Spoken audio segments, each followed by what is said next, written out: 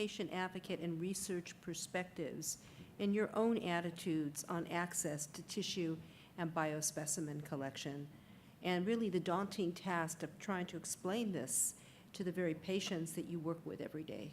We as patient organizations are ideally placed to educate patients about this. I would like to make one suggestion, though, that a part of a patient's tissue is actually banked for that patient to use, as well as putting some aside for research. But we are seeing the development, too, of personalized vaccines and immunotherapies for which patients will need a piece of their tissue to have that made. So I would, as well as suggesting they put the tissue aside for research, which is crucial, that this is also built in somehow to the collection of tissue samples. We feel that information is the first medicine for cancer patients. It is even more for personalized medicine. What I really think we should try to do, let cancer patients knowing that personalized medicine is an additional treatment, is not the treatment. I think we should really let cancer patients knowing that chemotherapy is still a very good treatment, and there are several hormonal treatments, surgery, and so on, because otherwise we are giving a very bad information and giving hope that cannot be satisfied. The other consideration, and I think Katie was saying the very right important thing. Cancer patient organizations to put more effort in the organization of the biobanks. We have been working with the OACI, and we ask that in the moment that the patient gives a specimen, he has to be, he is in the right, and we have been working also with Paolo Casali, and we have been publishing this document. The patient has first of all be in the condition to know the results by himself or the general practitioner. And secondly, the patient has to give the specimen under the condition that a piece of that specimen has to be kept for future needs. This is something that has to be accepted also by the scientific society.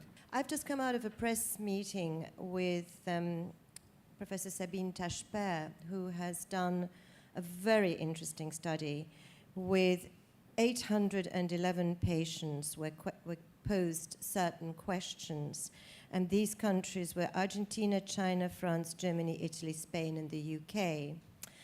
And I was surprised at the results because working with patients, I had envisaged different answers to the questions. But one of the questions was, would patients be prepared to give tissue to hospitals? And almost all patients, 91%, would allow a hospital to retain a tumor sample for future research. So that's come out from a patient survey. So I think we have something really important here because we know, and I just would like to add that Sabine said something I think very important when she said this, because she said, I, as a patient, as a doctor, as a clinician, wouldn't feel comfortable to ask for tissue if I didn't know that I would have something to deliver.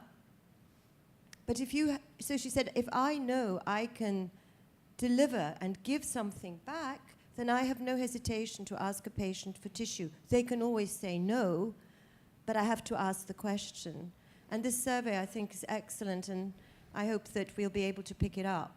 Very important statement brings me in mind what has been an action that was started by ERTC and Sabine Tachper and Gunnar Folpret from Germany have been really the medical oncologists behind. What we have tried within ERTC is to start a new concept of collaboration at the medical oncology scientific level for offering patients throughout Europe easier access to new treatments within clinical trials or new drugs within the personalized approach in a simple way.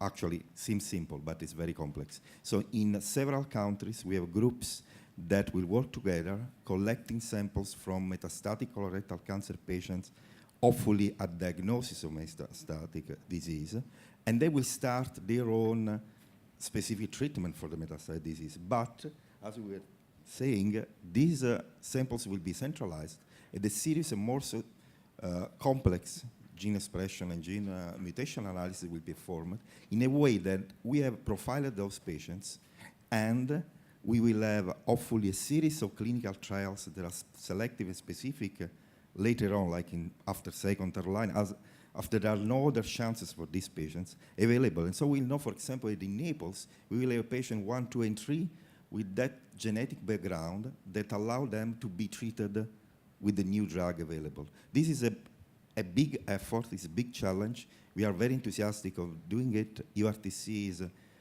the perfect organization for keeping us together, and I hope this will work and will be also important to bring a better alliance with the patients, because the patients know that they are giving their blood or their tissue sample at the beginning of the metastatic disease history, but sooner or later, if unfortunately the disease will progress, they will have a chance to be treated with an experimental drug in the most rational way. I would not say effectively because we don't know, but at least rationally.